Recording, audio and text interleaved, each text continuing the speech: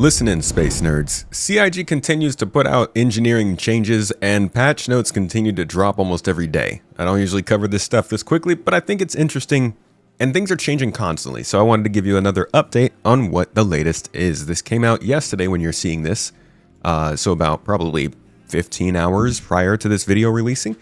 An engineering update has been put out for some penetration damage, the old pen dam as they call it. I don't think anybody calls it that, but you know, maybe we can make it a thing. All right, so penetration damage is now going to scale radially out from the shot. This means at the point of hull penetration, remaining damage in the cone is going to scale linearly downward the further into the ship the munition goes and the further radially out from the center of the munition's path. So the cone's getting smaller and it's not going as deep. At least that's what I'm taking from this. Now, I always figured that the damage was scaling down, you know, depending on how far away you were from the shot. So this is good to hear that it's happening, but I kind of figured it already was happening. Hopefully this, again, helps to significantly reduce the amount of kind of, not splash damage, but sort of spread damage that components have been getting in ships getting shot after their armor has been depleted. The components go down quickly, especially if they're all in the same room together. And I think some of these changes are based around that idea that a lot of these ships have components all in the same room together. So if you land a nice shot on one component with like a size 7, you're going to damage all of them, which, you know, is a little unfun. Further, we got some shield changes. Update to shield energy weapon resistances so that shields will take slightly more damage from energy weapons. I don't know about you, but I always thought that energy weapons were for shields and then ballistics were for armor, and they're doing like some different things with it now where energy goes through armor a little bit better in some scenarios. I think this is a good in the move direction, but I don't think it's gonna completely change everything. Again, these are all small changes that will add up over time. Continuing on, Resistances updates for all ship components to increase lifetime of components. Again, another good one. They're buffing the component health. Nobody wants to die quickly, right? Some people want to, but the players are rallying. We're going to get to it down below.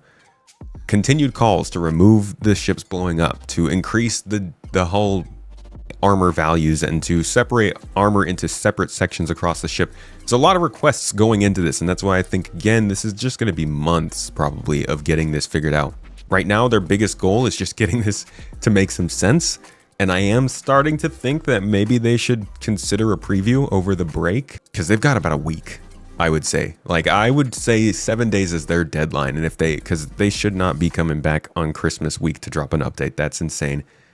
We should start to be considering a preview channel at this point, I think, but we'll see what they continue to do. Moving on, new impact effects for item and component repairing have been added. Removed empty salvage canisters from loot tables.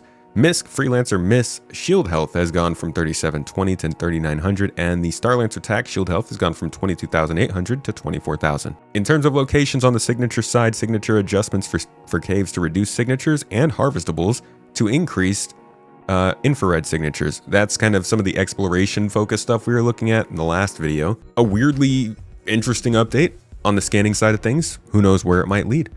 Ultimately, this was another quick update on engineering changes, and they're progressing. People are feeling better.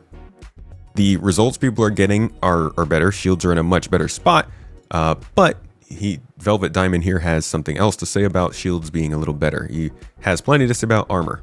Armor hull points still need to be separated. It makes no sense at all. Shooting one part of a ship lowers the entire armor value for the whole ship. This isn't an armor system at all. It's just a non-regenerating health pool, and this desperately needs to change. Honestly, I do agree. I'm fine with armor being like a physicalized health pool against ballistics.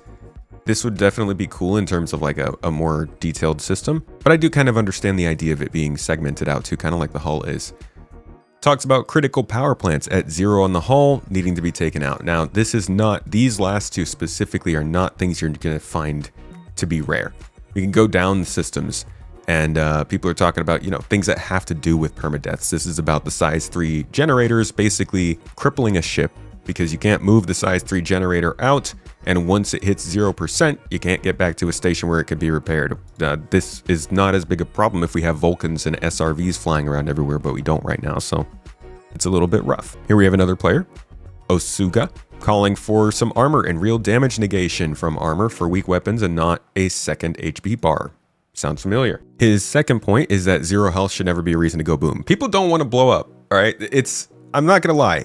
You could go back to the original sort of design documents about this sort of stuff, and it was very much about how much the ship could take. They got real detailed on this back in the day. It was about how much the ship could take and like how much you could get back into the fight from it. And it really set this and other design documents. And even as we went over in the last video, Richard and John Crew last year at IAE have given a lot of reasons for people to believe that ships would not be blowing up as much.